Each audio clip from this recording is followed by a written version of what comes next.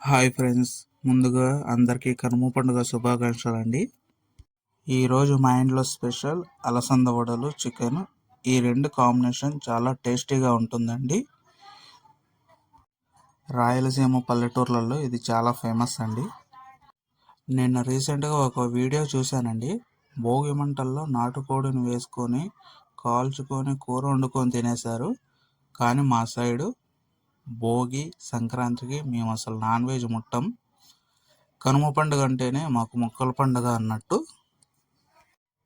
భోగి, సంక్రాంతి, కనుమ ఈ 3 రోజుల్లో మీరు ఏ రోజు ముక్కలు తింటారో కొంచెం కామెంట్ చేయండి ఫ్రెండ్స్, తెలుసుకోవాలని ఉంది.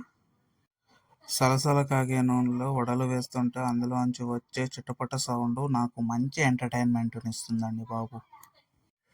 మీకు నూనెలో నుంచి వచ్చే సౌండ్ ఇష్టమేనా? కామెంట్ చేయండి ఫ్రెండ్స్. సారీ ఫ్రెండ్స్, ఏమనుకోకండి. ఈ వీడియోలో నేను తయారు చేసే విధానం చెప్పడం లేదు.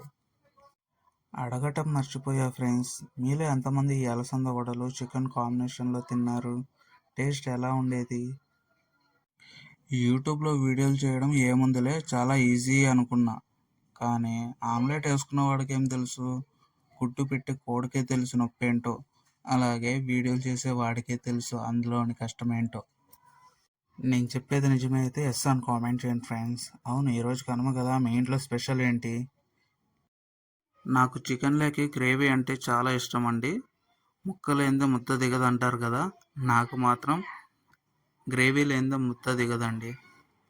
మీకు ఎలా ఉంటే ఇష్టం? ముక్కలకి గ్రేవీ ఉంటే ఇష్టమా, గ్రేవీ తక్కువ ఉంటే ఇష్టమా? ప్లేట్లోకి వడలు, చికెన్ గ్రేవీ వేసుకొని వడని గ్రేవీలో ఉంచుకొని అద్దుకొని తింటుంటే ప్రాణం జివ్వమందండి. అంత టేస్టీగా ఉంది. మీరు మాత్రం ఎంతసేపు ఇలా చూస్తూ కూర్చుంటారు? సపరివార కుటుంబ సమేతంగా మా ఇంటికి వచ్చేయండి, అందరం కలిసి భోజనం చేసేద్దాం. ఈ వీడియో నచ్చితే ప్లీజ్ లైక్ చేయండి, కామెంట్ చేయండి, కుదిరితే సబ్స్క్రైబ్ చేయండి. మీలో ఒకటిగా గుర్తించి నన్ను సపోర్ట్ చేస్తారని ఆశిస్తున్నాను. వీడియో చూసినందుకు చాలా థ్యాంక్స్ ఫ్రెండ్స్. బాయ్, మళ్ళీ కలుద్దాం.